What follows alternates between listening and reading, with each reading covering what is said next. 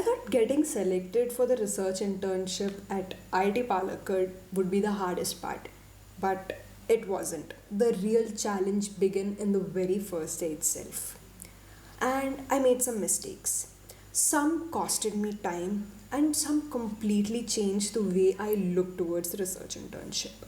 And some I genuinely wished someone had warned me before. And if you're about to start your first research internship and you're curious about what a research internship looks like, here are the 7 mistakes that I made and I learned in a hard way. And I'm going to tell you about all those mistakes ahead. Hi, I'm Pragji and welcome back to Life in Homes. I'm a final year electronics and communication engineering student, and this is the channel where I'll be documenting my journey through engineering, research, and everything that I'm learning along the way.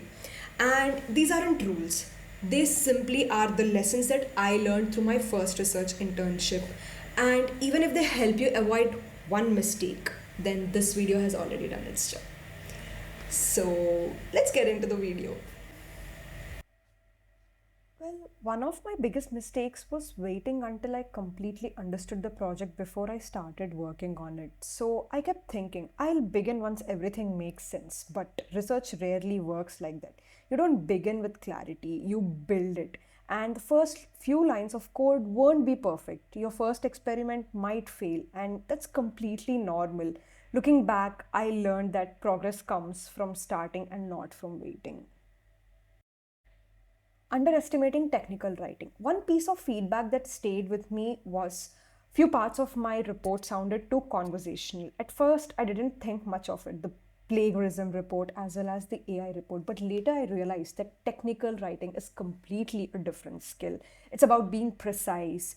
AI tools can definitely help with grammar or structure, and I use them too, but don't stop there.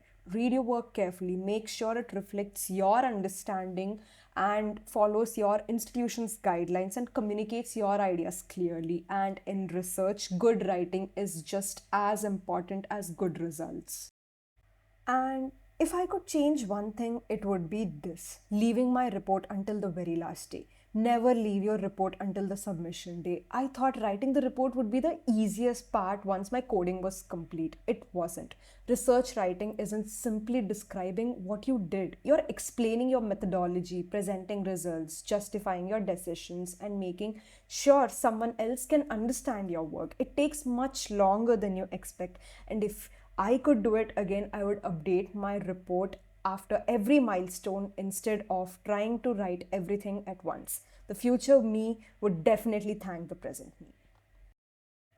Thinking I would understand research papers quickly, this one humbled me. I opened my first research paper thinking I'd finish it in a day. Nearly a week later, I was still trying to understand it. The mathematical notations, unfamiliar terminology, and writing style felt completely overwhelming.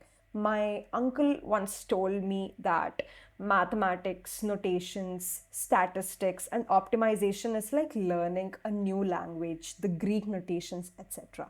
During this internship, I finally understood what he meant.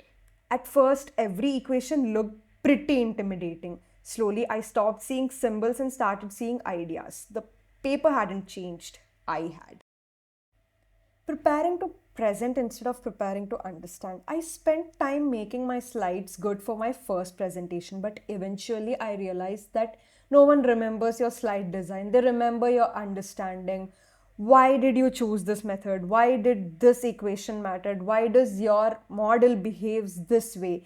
Those are the questions that really matter. Since then, I have tried to focus less on memorizing slides and more on understanding the story that is behind my work. Expecting my mentor to give me every answer, I assumed my mentor would always tell me what to do next, but I soon realized that research is driven by curiosity. Your mentor gives you direction, but you create the momentum. Every meeting became more meaningful when I walked in saying, here's what I tried, here's what worked for me, here's where I'm stuck at, here's the thing that we can improve much more on. Even unsuccessful attempts led to valuable discussions. Showing progress is always better than waiting for perfection, I felt. One of the biggest lessons I learned during my internship was understanding the difference between working hard and overworking myself. When you get an opportunity like this, you naturally want to prove yourself, so it's easy to say yes to every task, work long hours, and feel guilty whenever you're not working. But over time, I realized that research isn't a sprint, it's a marathon, guys. Meaningful progress doesn't come simply working more hours. It comes from working with focus and consistency. There were moments I felt overwhelmed, and one thing I wish I had understood early that it's okay to communicate with your mentors. And meaningful conversations and honest conversation often lead to better support and more realistic expectations. At the same time, don't let the pressure make you forget why you chose this internship in the very first place. Enjoy the campus, enjoy the conversations, enjoy the moments when something finally clicks after long hours of confusion.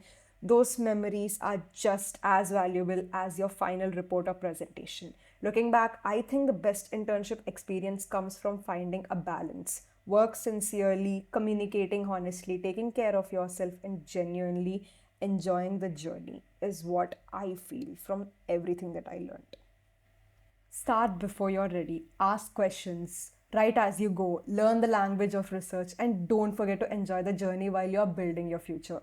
Thank you for watching. I'm Pradzi, and this is Life in Homes. I'll see you in the next chapter.